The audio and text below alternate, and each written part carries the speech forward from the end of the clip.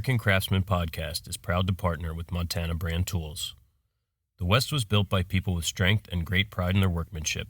It was a necessity that early settlers of Montana have a strong will, a resilient character, and great determination to tame the rugged landscape while adapting to its dramatic climate.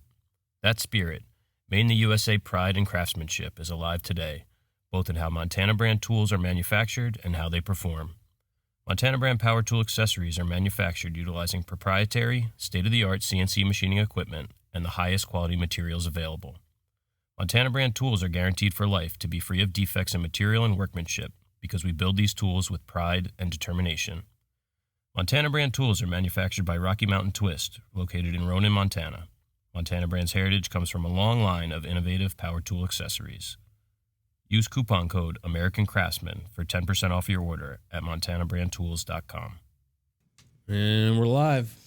Yeah, buddy, back in the studio. Yeah, episode 43 of the American Craftsman Podcast. 42 was on the road. Yeah. People seem to like the episode. Yeah, there was that road angst added in as an extra feature. Yeah, I had to keep it PG. That was toned down, let me tell you. Yeah. Yeah, I mean, just driving the 2 miles from the shop to here to your place, and the studio was an adventure. It's bad this time of year.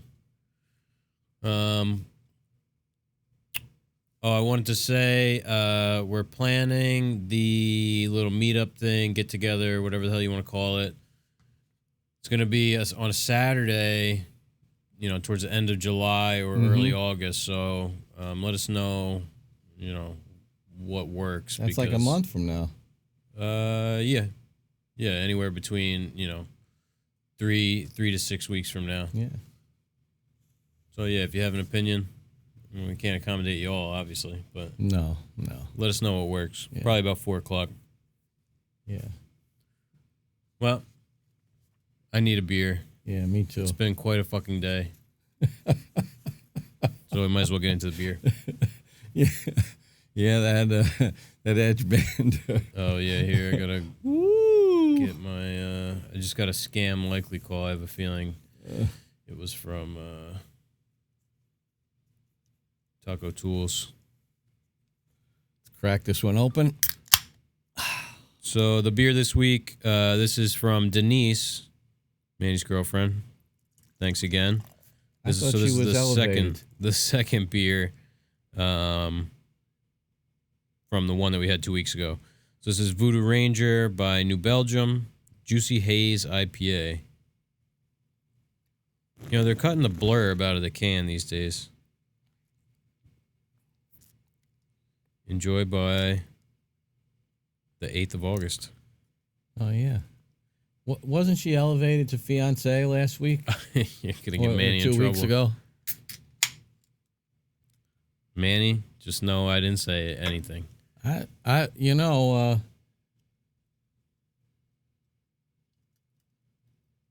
Listen to that pour. It smells good. So we have as of last week, we have our first female patron. Don't do it.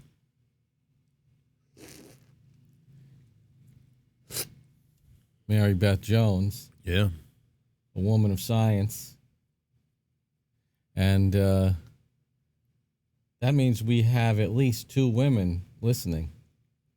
That's a 100% increase in just 2 weeks. Imagine if we kept that up, how broad our audience could be. That's a good point. Definitely hazy. It's a juicy haze. Cheers. Cheers to you, my friend.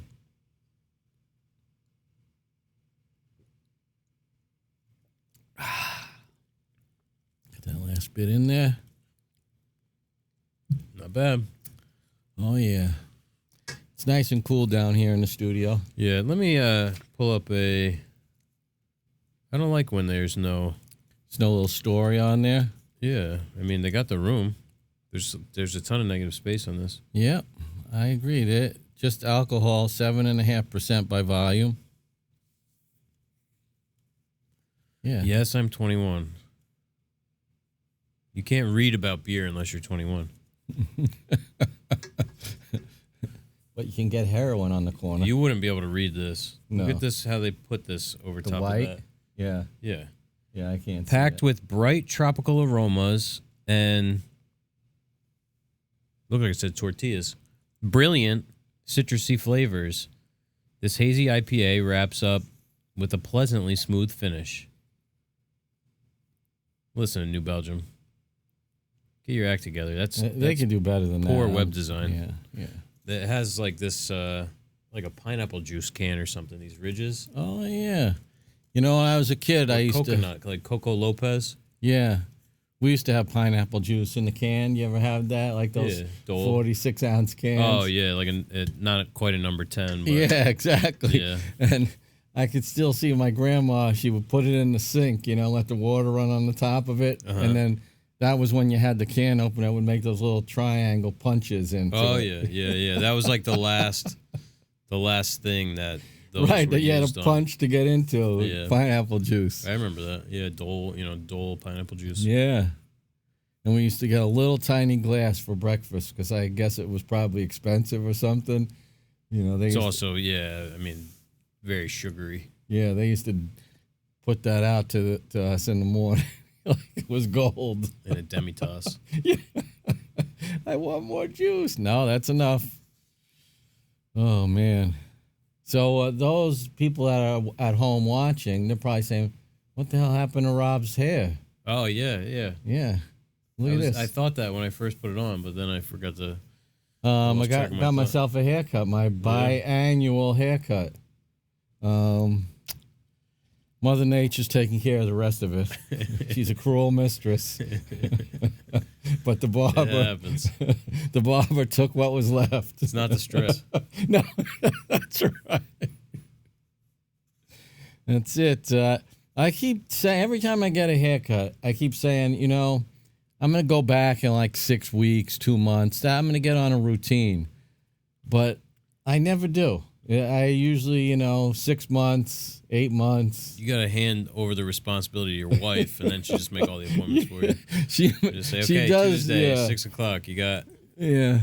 She does make all my appointments, like for massage and all that stuff. Yeah. Hey, give her something to do. She loves being in control of that stuff. Are you kidding me? Holy cow.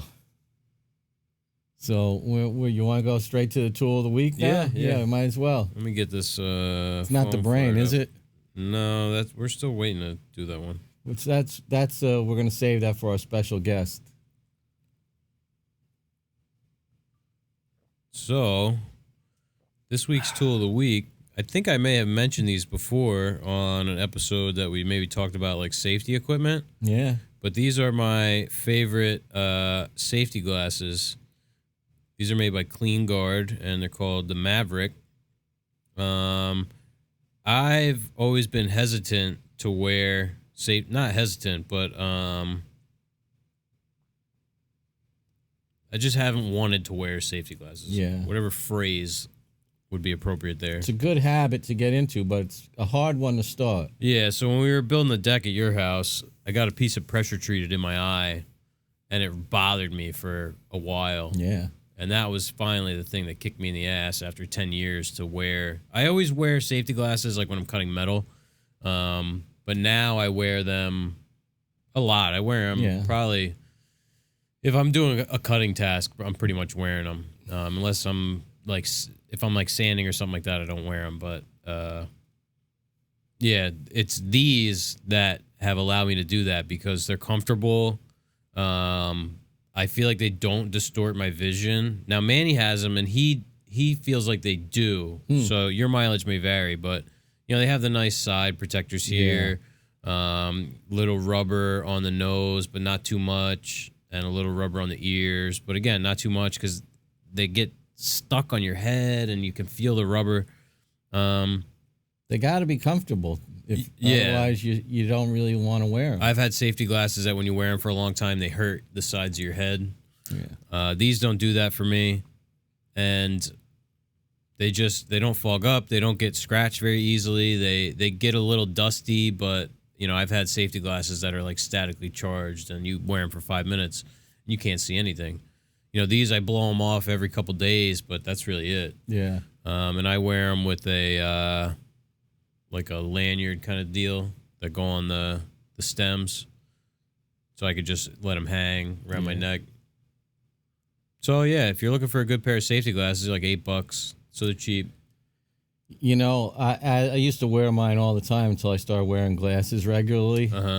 And I have this, I don't know, I wouldn't call it an insurance program, but it's like a thing where when you buy your glasses, I can go in and if they're scratched up or damaged, they'll replace the lenses.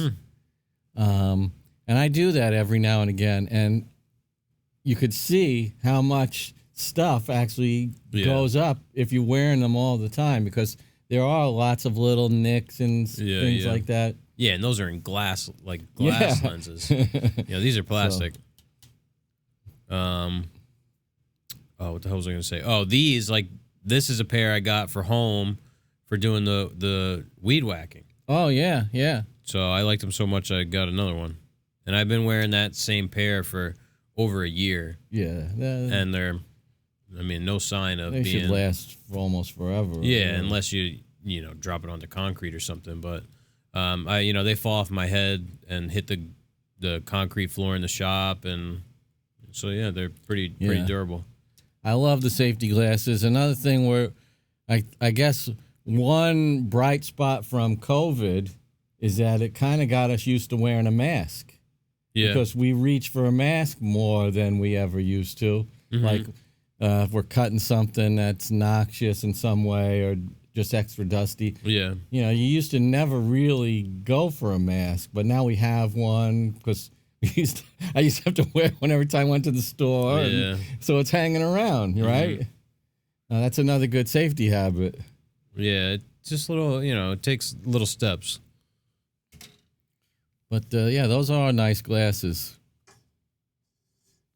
Yeah, and they look better to me than, like, those, I don't know, like those all clear ones. Yeah. Like, I don't know, they're kind of nerdy. Well, I guess these are nerdy, but... No, those are the classic look. Yeah. Not quite the, they have, like, the welding, the old school, welding kind of... glasses like that, like the really, really thick frame ones. Not quite like that, but those are almost like the Elvis Costello glasses. Yeah, like Buddy Holly kind of deal. Yeah, very good. So as always, we'll have a link down there. Yeah.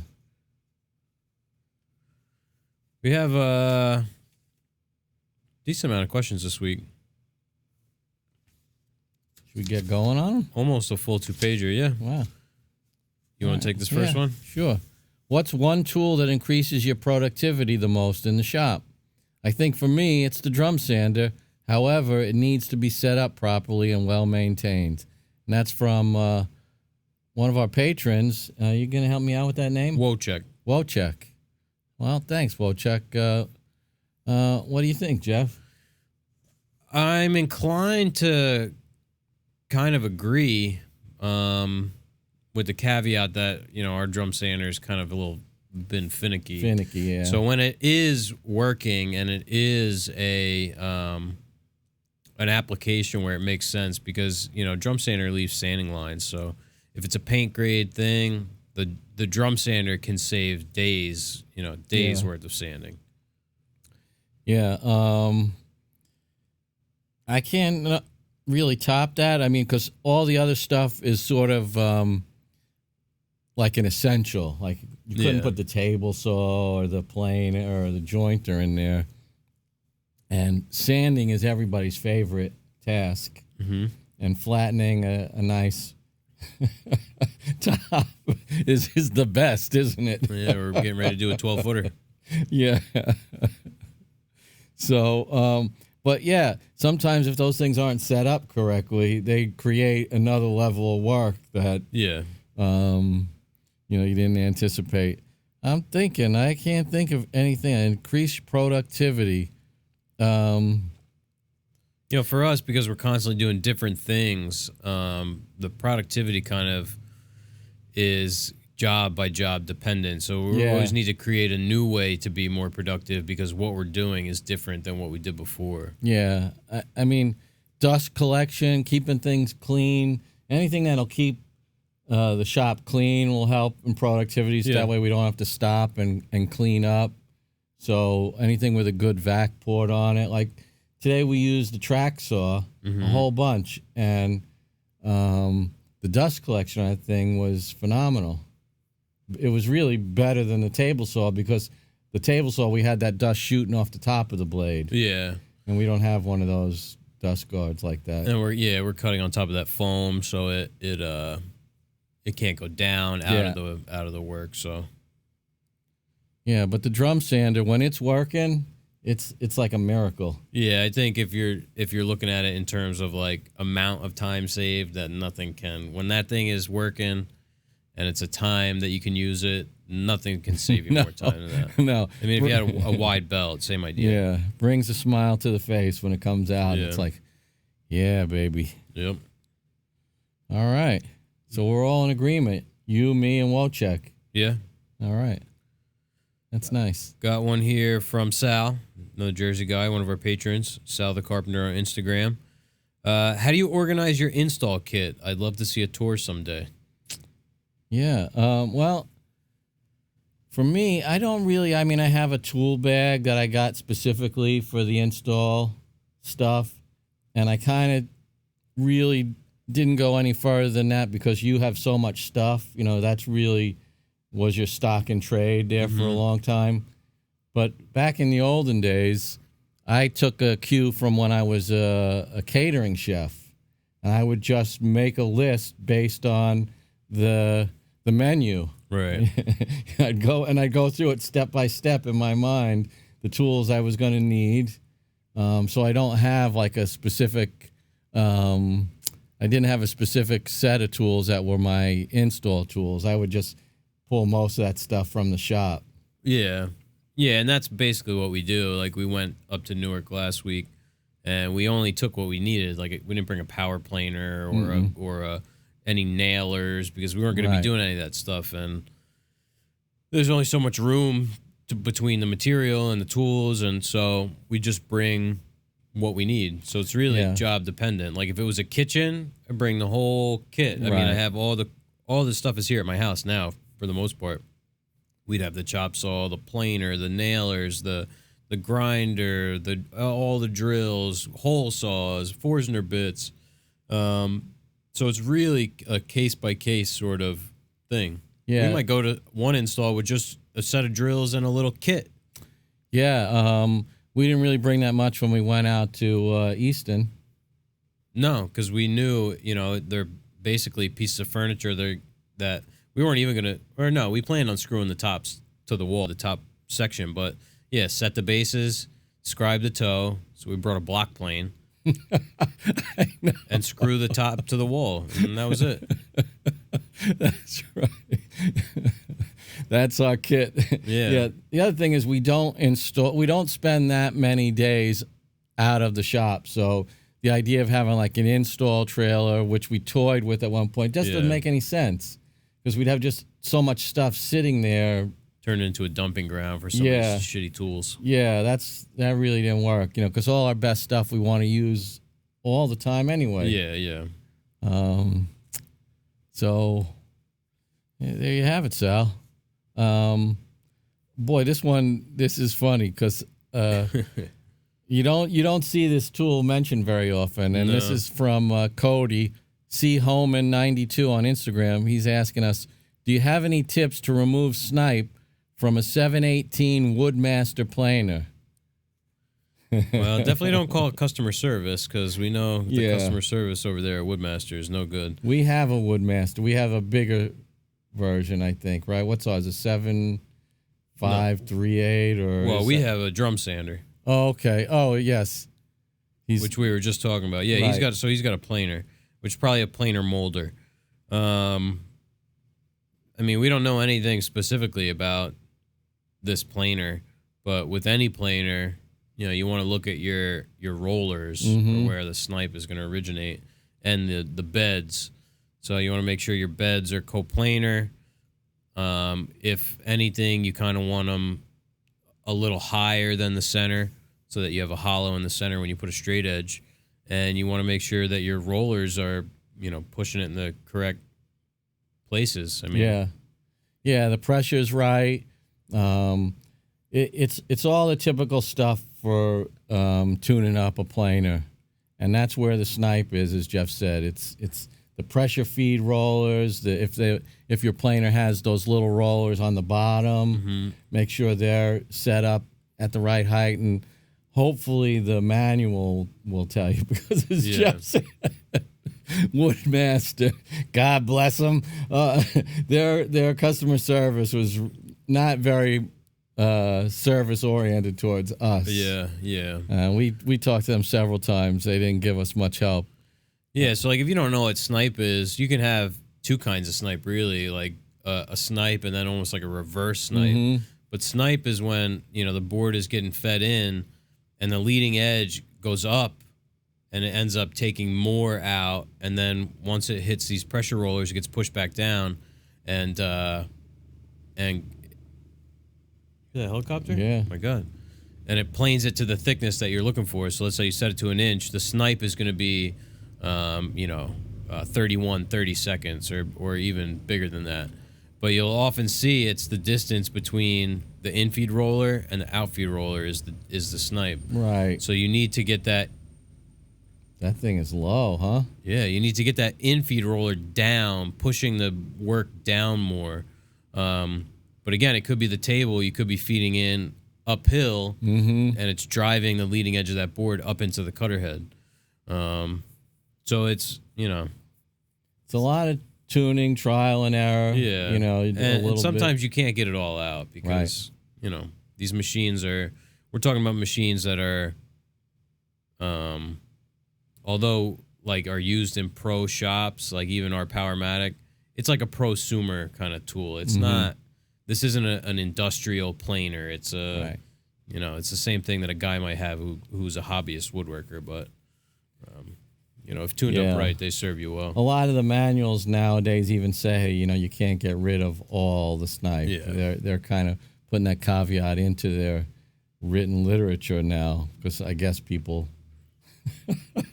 start complaining, like calling 911, find out when the fireworks display is coming on. Where can I get my dog license? Got our next question here from our buddy Corey, CT Woodwork, down Long Island. If you had the opportunity to do a whole house of woodwork, would it be in a new home or an old historic home or both? Oh, well, I think we take any opportunity we had that given us. Yeah, I mean, that's tough. If we had a choice. It's a tough question. If I could choose, I would go for the new home, because I feel like it would have a much broader, I don't know what word to use, menu available, where we could go in several different styles, whereas the historic home might, you really want to stay true to that form. Yeah. Yeah, and, what stage of design are they in? Is the house already built and it's new, or is it to the point where you can have some influence over the rooms themselves? It's we've discussed it in different ways in the past, but that's quite a dream, I think, of any, especially an accomplished woodworker. Being able to make a multiple suite kind of thing. Because usually all we really get a shot at is one room, or maybe a couple of like little things on the side, like when we did with Mendelssohn. And we didn't really have carte blanche with that. All these spaces are very defined spaces. Right. Yeah, and they have a vision before they get to us. I'm going to say new just because I'm going to hope that it's all square and plumb and level, Just make if it's standalone furniture, it doesn't really matter. But if there's like a bunch of built-in work and stuff, working in an old home can suck the joy out of making things, because you're like, well, the wall might be out this much, or we got to account for this and that. Which that's not the fun part of woodworking. It's, Well, we really don't enjoy the installation as much as the other parts. I just mean having to account for it in the fabrication. Yeah. Like, we got to put a 2-inch ear on this because the wall might be an 1.5 inches out of plumb. Yeah, that's a drag. That's for sure. It just, it wedges its way into the aesthetics with making allowances, styles and stuff that are the same width, and so. Yeah. But new houses are susceptible to that shit too. Yeah, I wonder what Corey's choice would be. Yeah, I don't know. He does a lot of nice work. I've seen him on Instagram a bunch lately. I'm gonna guess he would. I'm gonna guess he would go with us on a new home. I don't know. Yeah, I don't know. I'm gonna agree. All right, let us know, Corey. John Peters. John Peters on Instagram. Have you set off your saw stop since you got it? We have not, which is good, because that means that if we didn't have a saw stop, nobody would have been cut. Yeah. Also, we're cheap, so we don't want to spend the $80. We're not cheap. Yeah. We like to spend our money wisely. Yeah. We wouldn't want to just toss $80 down the bin on one of those things. And $25 for sharpening. And, replacing some teeth. Yeah, so I would say it's good on all fronts. Yeah. I do follow SawStop on Instagram, and you'll see those posts where it'll be a blade, Joe from Joe's Wood Shop, and has the embedded blade. Yeah, like a picture of their finger is just a little scratch. It's good to know, but I don't ever think of the SawStop in that way. I mean, I think of it as a saw when I'm using it. Yeah, I mean, there's definitely been times where there's like a cut that I've made a cut on the SawStop that I wouldn't make on a saw without the technology, which, people think. I hear a lot of people saying that a SawStop can muddy the lines for people between what's safe and what's not, but I mean, that's on you to realize that, okay, I'm using a saw right now that has a piece of technology that makes it so that I cannot get cut. So if there's some sort of kickback, my hand gets dragged across the blade. I mean, you should never be making a cut where your hand is going to go into the blade with a regularly. That's a kickback situation. Bad habits. Yeah, it's a kickback is when you need to be worried. Those are the things you can't prevent. So if you can't distinguish between a time where you're using a SawStop and you go to somebody else's shop, or you're using a saw in your shop that doesn't have it, well, that's on you. Right. It has nothing to do with the SawStop itself. Right. And people kind of, I feel like, attribute that as a fault to SawStop, that it makes people like, not lazy, but sort of carefree with the table saw. Yeah, I think SawStop's got detractors based on the price. Maybe in and the whole like holding on to the technology. Yeah, because we have a unisaw and a SawStop, and I know for a fact, because I'm thinking about it now, I don't have any mental or physical adjustment when I'm moving between the two saws. Me neither. It's more like if I'm doing a setup. Yeah, like a weird. Cutting a really high cut with a thin, a very narrow distance between the blade and the fence. You and I are so weird. We're probably more worried about hitting the saw blade and feeling bad that we have to shut the saw down and replace it, like explaining to the other guy, yeah. Oh, I'm sorry. I don't know what happened. When I had that kickback, I could have sworn that it went off, but it didn't. Yeah. But I think the saw did stop. Or I have that knee. Yeah, probably hit that paddle. Yeah, I think I just instinctually turned the saw off. Mm-hmm. Yeah. So we haven't set it off And you know what? Knock on wood, we hope to never set it off. Yeah, and let us know if you've set yours off, John. Yeah, John has a saw stop as well. I'm assuming not. I'm sure you probably We would know. We would know. Would have said something. All right. You want to read the next one? We got one here from Randall. He's a repeat offender. RM Crafts and Customs on Instagram. What is your process to getting square and flat lumber? I've been having issues with getting flat stuck. I think it's a pretty simple answer. Yeah, we've addressed this a couple of times. So I guess it's something that isn't. I mean, we might take it for granted. I think, you have to joint and plane, and proper technique on the joiner, which is the first stop, is really what it's all about. Because the planer is only going to mirror the surface you put on the bed. Right. You're going to get a parallel to whatever the hell you did on the joiner. So it may be that a lot of folks don't quite know how to, operate the planer. It's not like you just push the board through and magic happens. Yeah, the joiner. Yeah, the joiner. I'm sorry. There's a certain amount of technique and finesse involved. Yep. Yeah, I mean, you don't want to strong arm the material because if you push it out of the shape that it's in, well, when you let go, it's just going to go back to the same shape that it was in. That's why, at first, when I first saw a joiner with a power feeder, I'm like, man, this is an awesome idea. But then I'm thinking to myself, this is a horrible idea. Yeah, because it's holding it down. Right. And, a four-sided planer, I'm sure. I don't know exactly how those work, but I'm assuming it's the same thing. It gets pushed into all these feed rollers and stuff and gets pressed, into a channel to run through this four-sided cutter. But yeah, you have to really, especially the first pass, forward pressure only. Yeah. And very light pressure on the outfeed. And then once you establish a flat surface, it's all pressure on the outfeed. Yeah. Because the cutter head is what's setting the height, right. I guess you call it. Yeah. Yeah.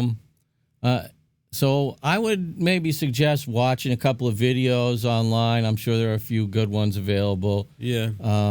Because reading about it might not, if you're having trouble jointing the face of a board, reading might not help you so much as maybe seeing somebody do it. But that's really it. You need the face jointed flat because you're going to use that. You're going to flip the board up and use that reference against the fence. Now you have your 90. Yep. And that's the basis for everything that follows. Yeah.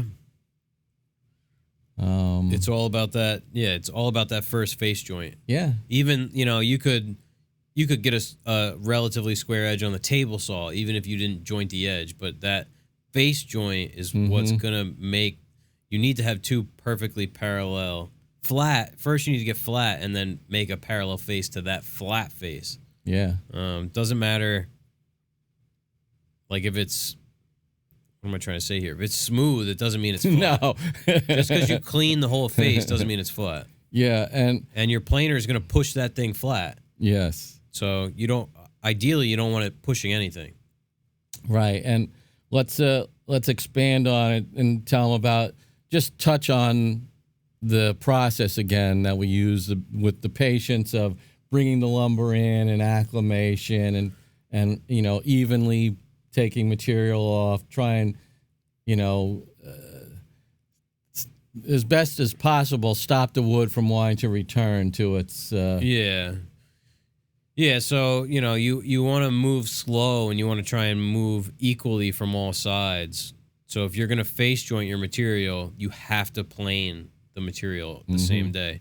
So if you take a 30-second off the face to get it flat, then you want to plane off a 30-second. And ideally, you want to joint an edge and rip it, which we don't always do that, but the faces are more important because there's so much more surface area. Because you get a difference in humidity between the face and the side. Let's say you don't plane it, the side that was unplaned. Yeah. That's when you're going to get cupping. So you want to try and move in from the rough sawn, or even if it's S4S, move in equally at all times, because that's why once we'll clean a face on the joiner, run it through the planer, clean that face, and then we start flipping it. Yeah. So you alternate every pass. Obviously, sometimes you have to keep planing one face to get it clean, but you want to flip it every time. That way you're coming in equally from both right. faces. You don't want to take a 1/4 inch off the bottom, so to speak, and a 16th off the top. Yeah, because then the center is always going to be the wettest because it takes the longest to dry, and unless you got your lumber straight out of the kiln, it's reaching some sort of equilibrium. Mm-hmm. I mean, I don't know of a lumber yard that has I'm sure they exist, fully conditioned storage where all the wood is being stored in a perfectly, maintained space. All the ones we know of are big metal buildings with, no heat or air conditioning. Right. So they just basically keep it out of the rain and sun. It's basically just outside with a roof. Right. But, the kiln drying does set. It sets the fibers to some degree. As we found out. Yeah. Yeah. This is a related question from who we got here. Alan, who's one of our patrons. Al About It on Instagram. See how I put those back to back? Yeah, that's pretty clever. How flat is flat enough when milling stock? Specifically face jointing. Well, there you go. I don't have enough room in my shop for a jointer, in parentheses, but plenty of room for woodpecker tools. Did you add that or did he? No, all right. No. So I'm forced to mill lumber on a sled in my planer. I sometimes end up with a slight bow or cup, about a 1/16 inch or less in the center over 3 feet, and was wondering if this is acceptable for casework or if I should be strict and build only with dead flat arrow straight stock. Remilling the board would take too much material off my finished thickness. Again, it's Alan, one of our patrons. Yeah, I mean, listen, Alan. If your stock isn't dead flat and arrow straight, you better just hang up the apron and go home. No, I'm just kidding. Actually, it's funny. I just got a message from Corey. He said, so one day you're making a steel cabinet and now a tree. What do you guys don't make? Or what don't you guys make? I thought that was funny. Are they writing checks? Yeah. Is the money green? We're making charcuterie boards next week. There's no money in that, or we might. Yeah, that's true. Yeah, I mean, Alan, it's really all about, what you can get away with. So as long as it's not impeding the finished product of your casework, then it is what it is. You get it as flat as you can. Yeah. I mean, that's not bad, a 1/16 on 3 feet. I mean, it's not great, but you shoot for perfect, and usually you get close. Yeah. Hope for the best, expect the worst.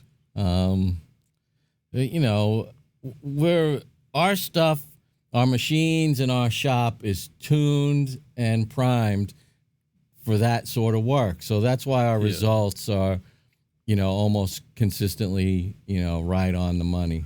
Yeah, like we're more likely to screw up a plywood box than we are, Where'd you put that biscuit? Yeah. Because that's not what we do, day in, day out. The rails go on top of the stiles, right? So, that just happens to be something we do well, and our shop is geared to do it well. Yeah. It helps that the machines help us. I think if it's not flat enough. Yeah, if you get to assembly and you're like having to like crank down on the clamps to get things to be, close up, or your sides are bowed in and you got to spread them out. Yeah. I mean, then but I mean, even in that situation, we run into that stuff too, and just make it work. Yeah, yeah. So is it ideal? No. If you had a joiner, you'd be better off, but yeah. As long as you can get the piece built, then it's fine. Then you're doing all right. Yeah. I had a look. Luckily, I previewed this question when I saw the metrics. You did the conversions? I did the conversion. A message from Matt Viz. You guys are crazy. I guess it's the tree. People like the tree. This is from Jack Thornton, 98 on Instagram. Jack wants to know. Well, first he tells us, He had to build a pig of a study desk, 40 by 2970 by 75 millimeters. It's almost 10 feet long. Wow. In American oak. Almost 3 inches thick. Yeah. And he had bad grain tear out when doing the final square up. Any techniques to reduce this? So we're not sure what tools he used. Maybe on one side on the bottom edge if he was using. Wait, so are those centimeters and then millimeters? 40 centimeters by 2,970 centimeters? I did 2,970 millimeters. It came out to 13 inches or something like that. 40's got to be centimeters, though. Yeah, can't be 40 millimeters. Because what's a centimeter? Like 3/8 of an inch? Yeah, 2.254. No. Oh, centimeter? Yeah. I don't know. Because it's not 40 millimeters. That's like... Yeah. That's like an inch and a half. I don't know what 40 centimeters is. So do they mix those like the people in... Well, I was thinking maybe, yeah. I mean, it's definitely not 2,970 centimeters. Yeah. That's big. I'm going to say, let's look this up. 40... Maybe that's a typo. Maybe it's 297. 40... And then 75, he labeled millimeters. Maybe those are centimeters, and that's millimeter. 40. Well, that would be huge if it was... Why couldn't it just be 7.5 centimeters? I don't know. 40 centimeter inches. Let's see what it comes out to. 19? 15 3/4. Oh, I was off. That sounds about right. I mean, it's a little small, but... Yeah. That would be weird. 15 inches by 10 feet. What's 297 centimeters? Well, it's the same as 2,907. Yeah. It's the same thing. Yeah. Jack, let us know. We're going to need some clarification here. You see, anytime you introduce the metric system to an American, they just start dribbling. It's the second Australian to do this to us. We're going to demand everything be transferred into the imperial system. Yeah. With your toilets flushing the other way. So we're imagining it's a pretty thick top that he's got tear out. Mm-hmm. What would we suggest? I'm assuming when he says he's squaring it up, he means on the ends. Yeah. So I mean, you could do the old chamfer deal where you put a chamfer on there and you're basically cutting off the tear out, or same idea, just feather it out, plane it, from a foot back, and you could take off a 30-second and no one will notice. No, yeah. Any ideas for avoiding the tear out? I don't know how you cut it, but you could always cut a knife wall.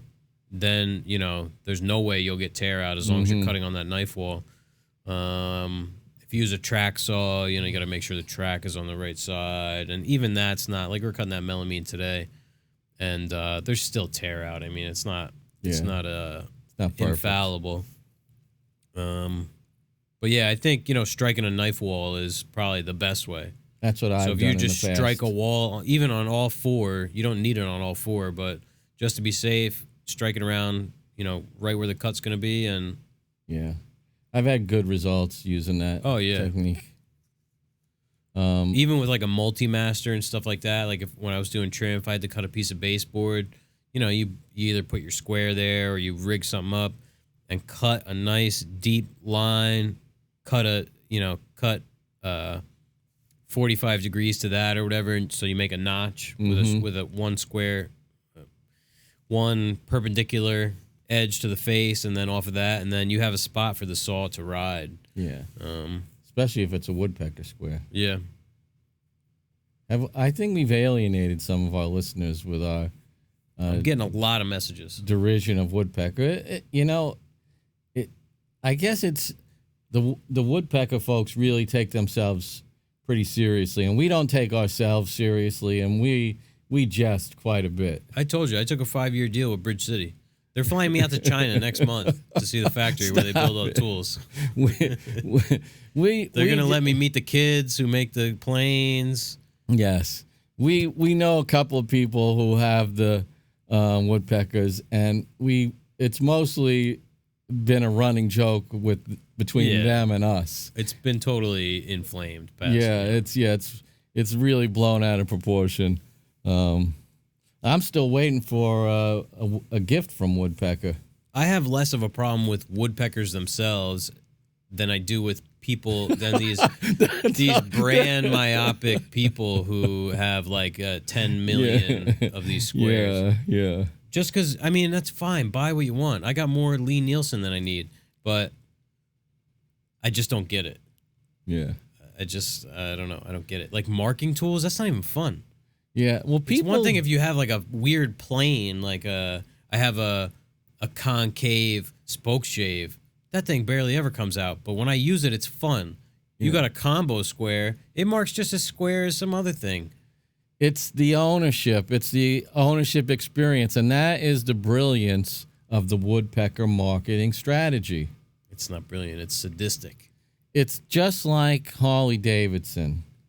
Yeah, but people don't have 5 Harley Davidson motorcycles. No, but they got... If you go into any suburban garage that has a Harley in the garage... My neighbor over there. He'll ride it, on Saturdays in the good weather and just go up and down in a straight line. But he's got 12 Harley's T-shirts. Yeah. He's got Harley underwear, Harley socks, Harley bandanas, Harley beer mugs, Harley everything. Those are accessories, though. I understand there's a price difference, but it's like, these are people that are buying $100, $100, all these $100 items. I don't know. Like I said, if you want to buy them, that's fine. I'm not judging you. I just don't understand it. I think social media is a little bit, a bit of the equation here too, because as I go on Instagram and I'll flip through the pages, and you'll see people with postings where they'll have like a van outfitted with tools, and it's I don't know how many thousands of dollars worth of, let's say, Milwaukee tools. Everything's all red. Brand myopathy. Yeah, is that what it's called? I don't know. Myopic, I know is. I don't know. That's if myopathy is the. That's a great term. And although we have favorites, we're not like that at all. Yeah. And we're always willing to try something else. Yeah. I don't know. Even like the aesthetic of Woodpecker, I just don't like it. It just rubs me the wrong way. I don't know. It's like, I don't know. Red aluminum. It's not even the red, just the shape and the, like that combo square that they have with the indexing. First of all, stupid idea. And it just looks so bad. You mean you don't need to draw a line every 16th of an inch? I don't need the square to tell me where 1 inch is. I know. And if you can't use your eyes you mean like to be accurate within, 264, the 256. Yeah. Stuff. Yeah. It's wood, people. It's wood. You want to be a metal worker, go get a micrometer. Right. As one of my very first bosses when I was a kid and, barely knew which end of the hammer to hold, I was taking forever to cut this piece of plywood subflooring, because I was so worried. And we say this every now and again now. He goes, "What the hell are you doing over there? We ain't building the space shuttle." Yeah, I mean, you may cut it an inch now, and it's a 1/28 bigger or smaller 2 hours from now. Right. And as you've said many times before, which is totally true, you can mark 100% accurate, but you got to be able to wield the cutting tool, with the same amount of accuracy, or it's all for naught. Right. Your line is thicker than the air, in the air. Yeah.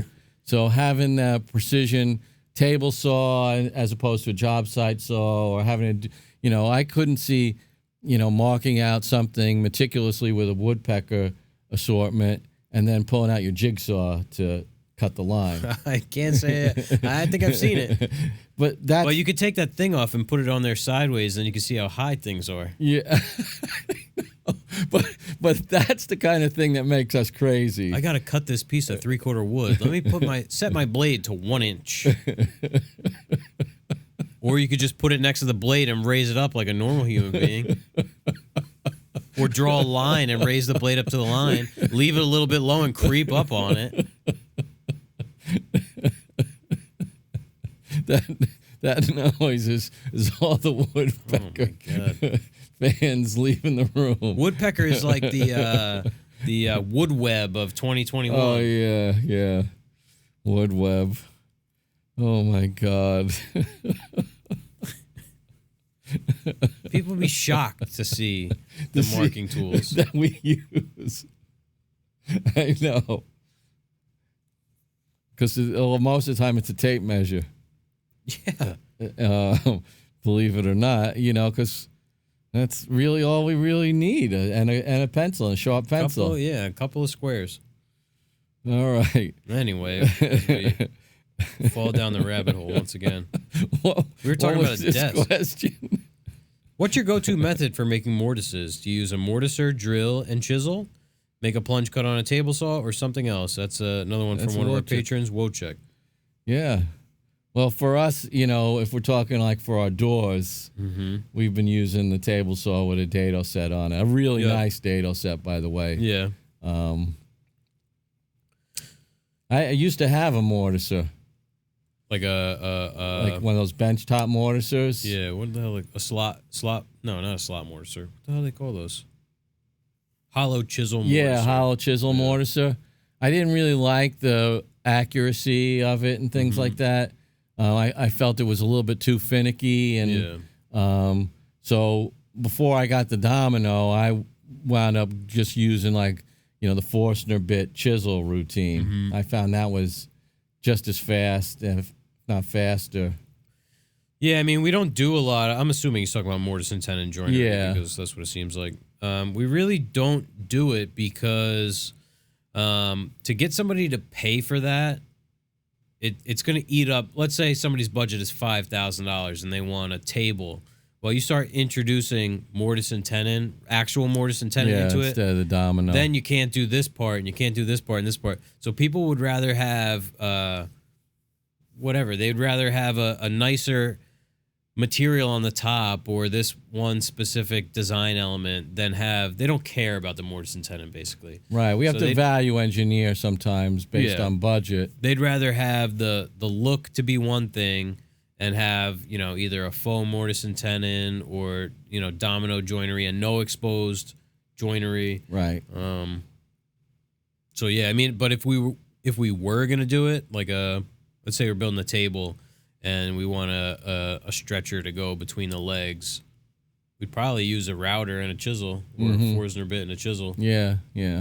We're pretty good with the chisel. Yeah. Yeah, for me, I'd probably make a template, flush trim, square off the edges. That's how I would do it. Yeah. All right. Let's see. What's your favorite tool? Not most used, not most important, just favorite. That's our good friend Keith from Blackthorn Concepts on Instagram. I want you to check out Keith's giveaway with Panavice products on Instagram while you're at it. Yeah, really cool American-made vices for carving and stuff like that. Yeah, he showed us some of his stuff. Really impressive. I mean, we were blown away. Was it alabaster? Yeah, this carved tulip. I mean, that thing's insane. I know, and the feel of it, right? Yeah. Yeah, I'd like to get a chunk of that just to mess around with it. Yeah. Like I was saying, make little cabinet pulls. Oh, yeah. Yeah, that would be awesome. So he wants to know what our favorite tool is. Favorite in capitals. I don't know if you guys have ever heard of it, but it's this little thing called the Paolini square by woodworkers. By woodpeckers. No, I'm going to have to think about this one.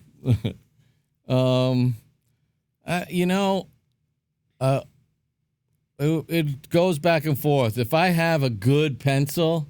I was just thinking that. Were you really? Yeah. If I have a really good mechanical pencil, because...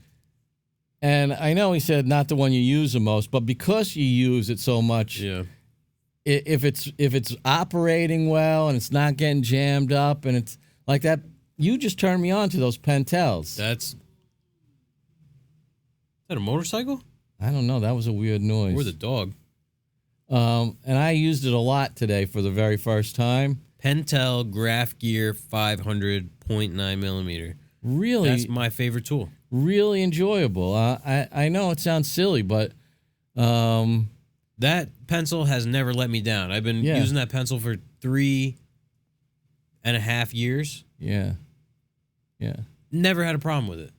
Yeah. I have one that is, I've just switched over to a new one because I bought it, and you actually just got me one. So now I got 2 extras, but just because it was new. The old one was fine. Yeah, I mean, when you order something small like that, and you have to, I think I had to pay for shipping. It was really? like $5 or something like that. So it makes, for me, it's like that wasn't Amazon then. No, I ordered directly from Jet Pens, and it makes sense to just order a couple because as far as that goes, they're cheap. Yeah, they're not like I have a pencil that costs 5 or 6 times that much. Yeah, that in the shop for the application most used in the shop, it's not as enjoyable to use as that Pentel. Mm-hmm. That rot ring is really more like when you're on the drafting table and you can roll your lead to keep it sharp and all that stuff. You have a pointer right next to you. Yeah, I really enjoy working with pencil and paper. So I hope I didn't steal everything from you. You got another pencil? No. I mean, that's awesome that we ended up picking the same thing. But yeah, I mean, that's one of the things that you don't even think about it. You just pull it out and use it, and you don't think about it because nothing ever goes wrong with it. It just works. And, with the right lead, I use the Uniball, Nano Dia, HB. You got to use good lead. That's the other thing. You can't use cheap lead. Japanese lead. 90% of the writing on that thing is in Japanese. The Pentels are made in Japan. Yeah. People didn't know. And they're can't big use on like those pencils. Bic brand lead or any.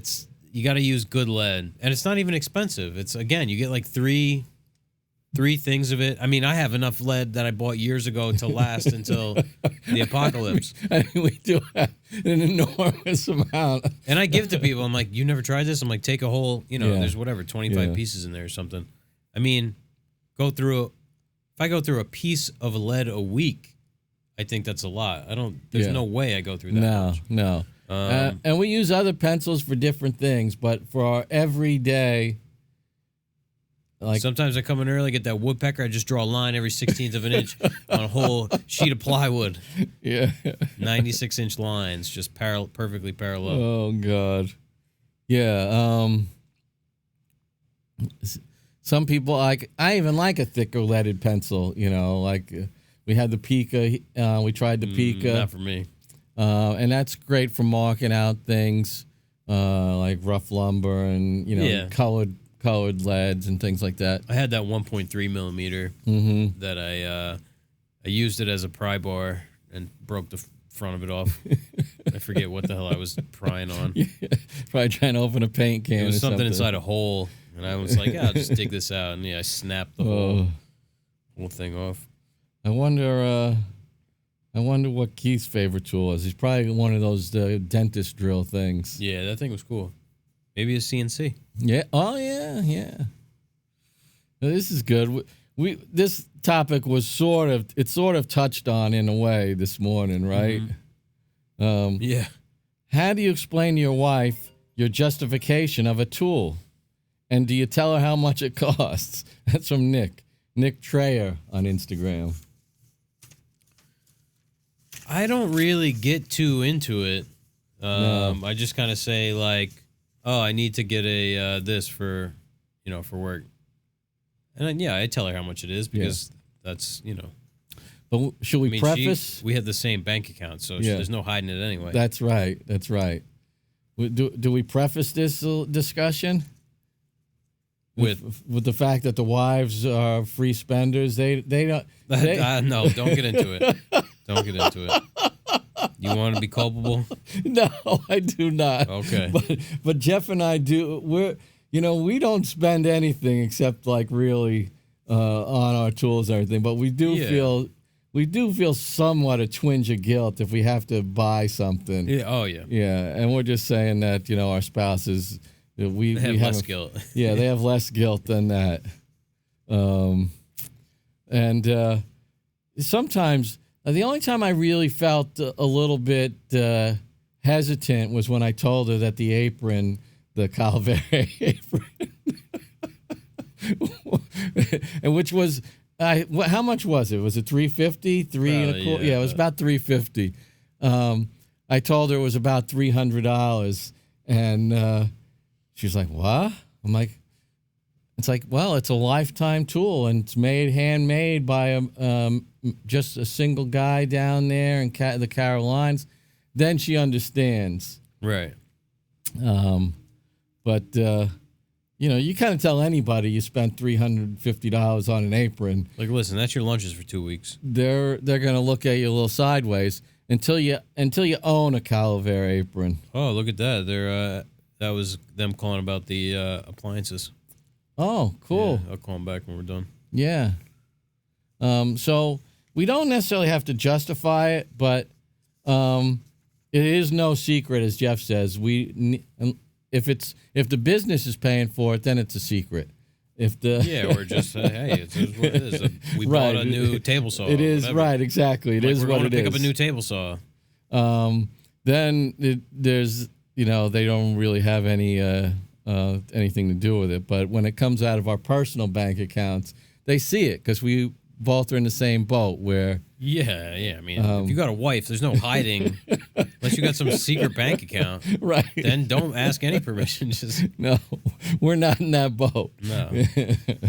No, I mean, you should always have any big purchase like that. You should have a discussion. I think, but that's just me. I agree 100%. I wouldn't even feel right to just be spending things however I wanted. It's even just, I mean, unless you're living with, there's always enough money in the bank no matter how much you spend to pay all the bills, then you have to have, it's like, hey, I got to buy this. Right. Just so you're on the same page about how much is going in, how much is coming out, got the mortgage payments, the car payments, like, is there going to be that much money in the account still? Has to do with respecting your spouse. Yeah. Yeah, of course. We joke, but, The justification is, it's for work. It's going to make money. That's right. This is a good one from one of our patrons, Nick. Here we go. Nick Duvall on Instagram. Nick C. Duvall on Instagram, sorry.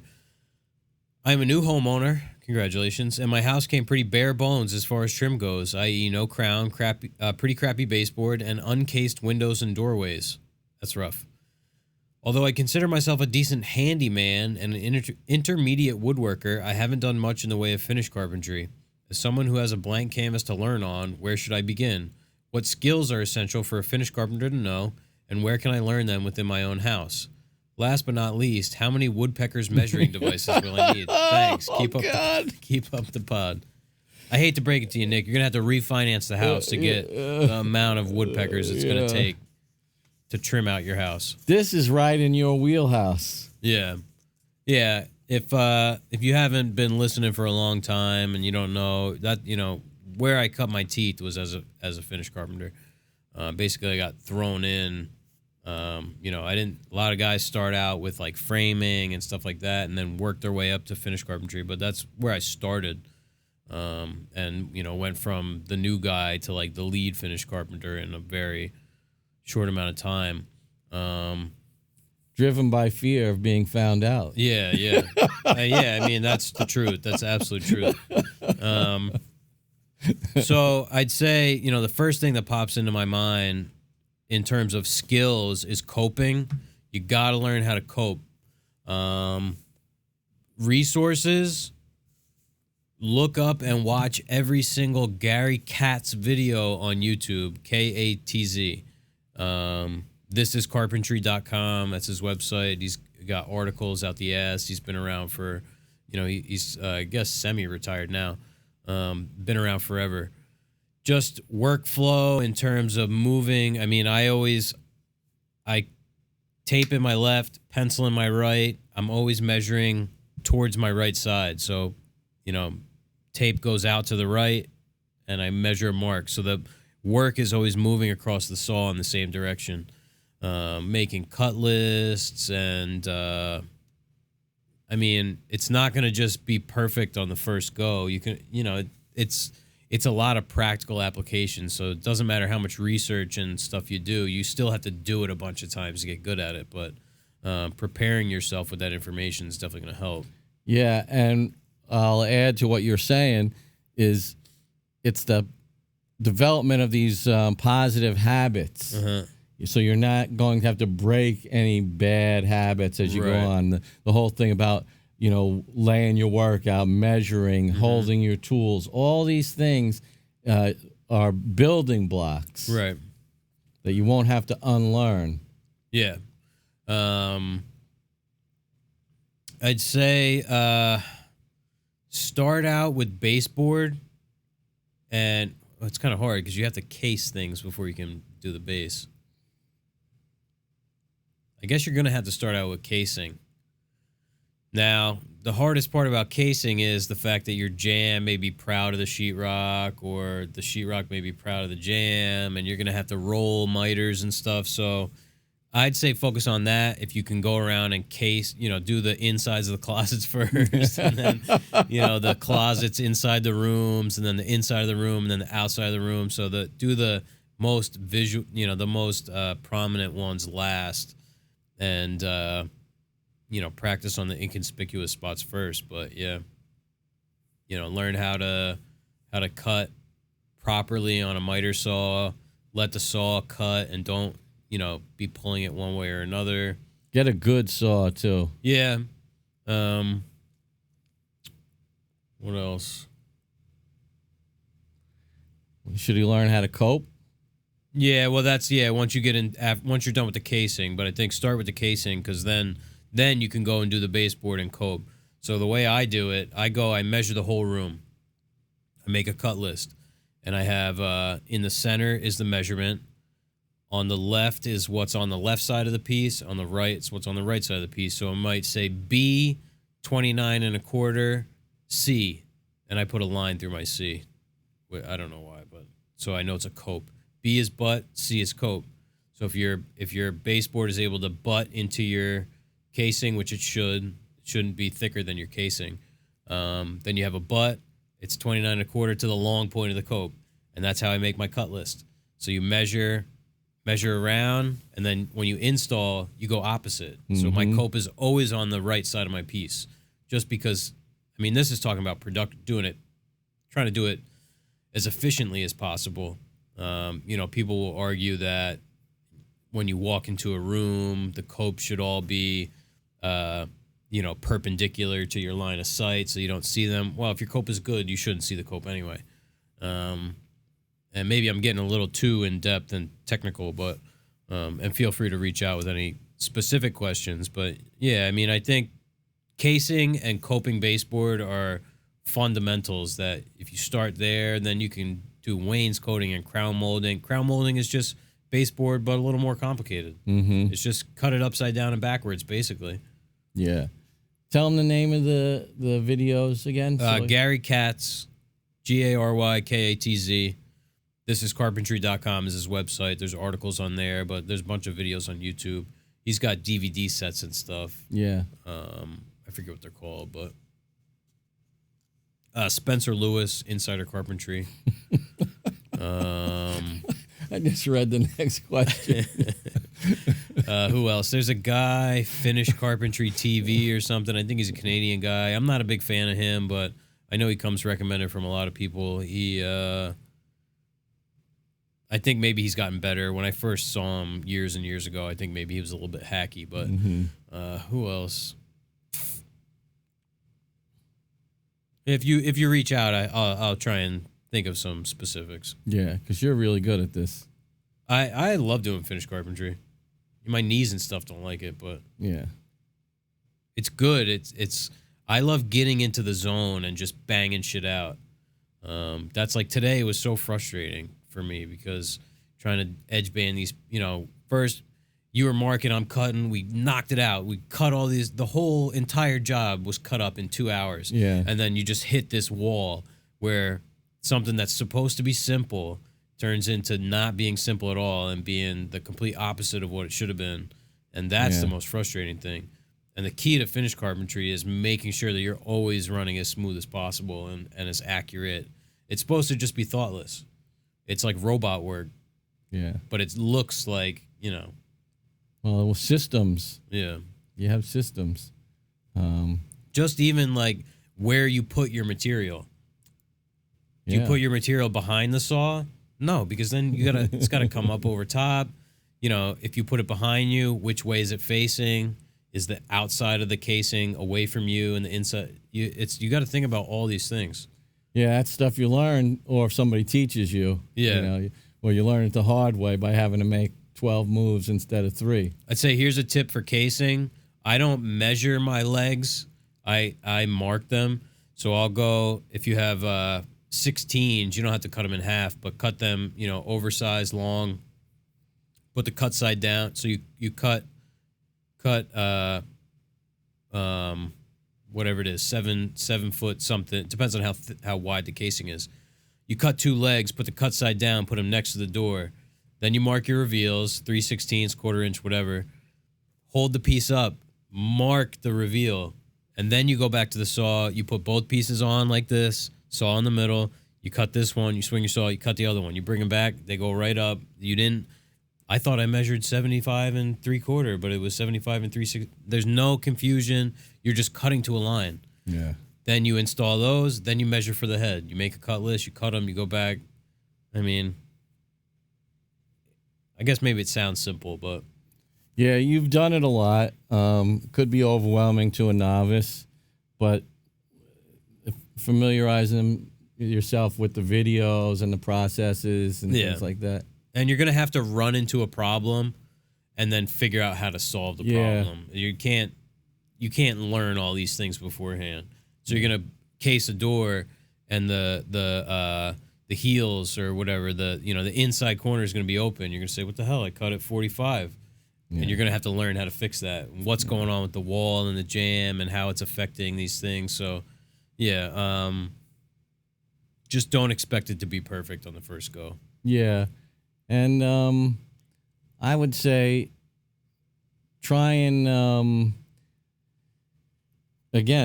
shoot for the best you can and not accept too many. Well, I'm going to fill that with caulk, that sort of thing, because then you're going to have to spend hours upon hours going back trying to massage all these defects. Then, you're just going to be dissatisfied right. with, how it came out. That probably would have made a good question of the week. Yeah. But the one down there is pretty good. I'm talking about question of the week. This next question from Justin De Palma on Instagram. He's down South Jersey right now spraying in this heat. Oh, God bless you, Justin. Justin wants to know, is it better to eat the whole cake in one sitting or a slice a day till it's gone? I don't know what kind of metaphor this is supposed to be. I'm going to take it literally. Me too. This is how we operate. We are both so obsessed with the idea of eating a whole cake. That was all we thought of. To me, I say just eat it all in one shot. Yeah. Because it's all the same. It's all in and out. Yeah. So it doesn't matter if you eat the whole thing now. It's the same thing. If we're talking about like caloric intake. Yeah. So you eat a whole cake, let's say that's 10,000 calories, and then, you're at a 500 calorie deficit for the day. That's 500 today, minus 500 tomorrow, and you're at plus 10. Well, it's the same thing. Yeah. So if you want to eat the whole thing, I say eat it. I almost ran into this about 2 weeks ago. Was that for Mary Beth? So right after Mary Beth brings over a homemade cake. Like a crumb cake? Yeah. My wife was at Whole Foods, and she goes, I know you said you didn't want to eat so much cake. So I got a cake. So I bought this cake because... That's like my wife. I say, give me bread or buns. I got your bread and buns. I'm like, I'm going to eat them both. Right. Exactly. I have no self-control. Exactly. So she brought home this bakery fresh strawberry shortcake. Oh, yeah. With like fresh, real whipped cream and super sweet strawberries. So I said, all right, I'll try a slice. You know, like a little taste kind of slice. There's no such thing. Oh my God! Just cut me a quarter of the cake. The whole cake was gone by the next day. Yeah. Yeah, like if there's a cake around, and I don't eat cake, but if I am eating cake, which happens, like it's going to be an obscene amount. Yeah. Because I just can't. It's like a drug. Yeah, Once you have a little bit, it's, you know, and then that's where mine goes. It's like, oh, fuck it, I'll just eat. Yeah, what's another piece? I have one. What's two? My wife usually says with some sort of consternation, you always have room for dessert, don't you? Yeah. Because you like have the dinner that she prepared. I'm like, no, I'm full. And then, you know, half hour later, she'll catch me. Oh, man. I only eat dinner just to get to the dessert. Yeah. Had some keto ice cream on, what was that, Saturday? What makes it keto? There's no sugar. And, you know, like, what was this? It was like a cookie dough kind of chocolate. It was like chocolate and caramel flavored ice cream with cookie dough. So there's no, it's almond flour. Okay. Keto has dairy, though? Oh, yeah.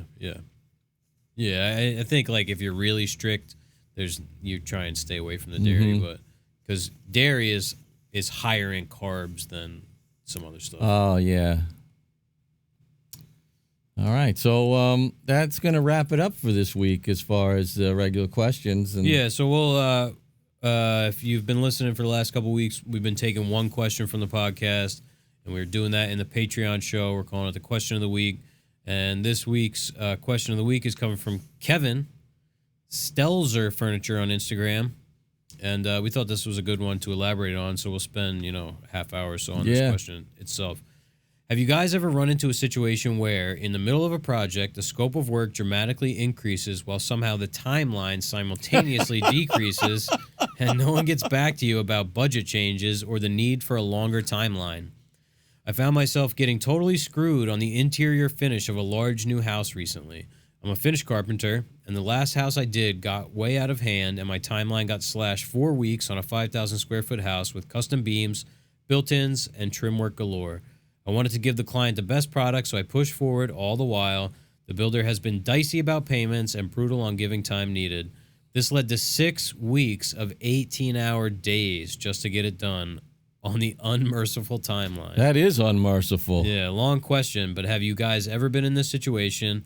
If so, how did you or how would you have handled it? I'm still waiting to get paid, so I'm guessing I'll end up getting screwed and had a bad 6 weeks. Love the pod. From Kevin. God. Man, I hate hearing stories like that. Yeah. Because, and not to get too sappy about it, but Kevin's like one of our brothers in arms. This is what happens out there. Yeah, fellow craftsmen. My God, that's never happened to me. I'm happy to say. Yeah, but we'll get into that on the Patreon show. What'd you think of the beer? It's gone. I liked it. Yeah, it was good. Yeah, it went down pretty easy. Yeah. 7.5%. Doesn't taste like it. Sometimes beers get boozy up at that percentage, but definitely juicy, tropical. It was good. And, this is like our one beer of the week usually, unless there's a party we go to or something like that. And we're not big drinkers. So the other day, Mike Rio came over, and my wife stopped on her own to get, because she was out. So she comes home with a 6-pack of beer, and she bought a 6-pack of Beck's. And I didn't really like it. Yeah, it's like a pill, is Beck's German? I think it is. Yeah. Kind of, I thought it was a Pilsner for some reason, but I could taste it in my mind. I didn't really like it. Yeah. It had like a weird It's kind of just like it's just like a beer. And we've been drinking all these beers. Yeah. And except for like the goofy ones where we knew it would be hit and miss. Yeah. There hasn't been really a bad beer. No, I mean, it's like food. You might not like the style or something, but it's still, if you go to a place where the person cares about what they're, it's going to be good. Right. You just, maybe you're not a big fan of pork chops. And I was really surprised that I felt that way about it. Yeah, Beck's is kind of just like, Like, I don't think in Europe they're drinking Beck's. They're making it, and they're sending it all here. That's right. He used to work with an electrician. This guy, what was his name? Yang, Vietnamese guy. Like, was a refugee as a child from Vietnam. And he used to drink Beck's. Like, you'd show up the next day. Electricians are always the guys that work, like, at night. You show up and the dumpster had, like 13 empty Beck's bottles. And I'm like, oh, my God, dude. Talking about, like, the European export kind of thing. I remember when I was in Italy, and they have the famous regional products like Parma ham, DOCG, and they were telling me the best stuff never ever leaves the region, let alone the country. Right, yeah. It's all spoken for. It's like, if this needs to be designated DOCG, it means that there's enough of it to go around. Yeah. So the Beck's is all for export. Yeah. All the good stuff is... That's like French wine. You have all these little villages and stuff where you have... It's been a long time, but you have like the Premier Cru, the Grand Cru. There's all these different levels, and it's like by size of the vineyard. And you have all these tiny little vineyards where you're getting wine that tastes just as good, if not better than wine that costs whatever, hundreds of dollars a bottle, but it never leaves the village because the people that live there are the ones that are drinking it. Yeah, yeah. And it doesn't, it costs nothing. Right. Yeah, good little bit of info there. So I want to thank Jerry Greenan, David Murphy, Manny Sirianni, Dustin Fair, Adam Pothast, David Shoemaker, and Colin Lai. Thanks, guys, our gold tier patrons. And we'll see you next week for episode 44. Yeah, thanks a lot for hanging out with us.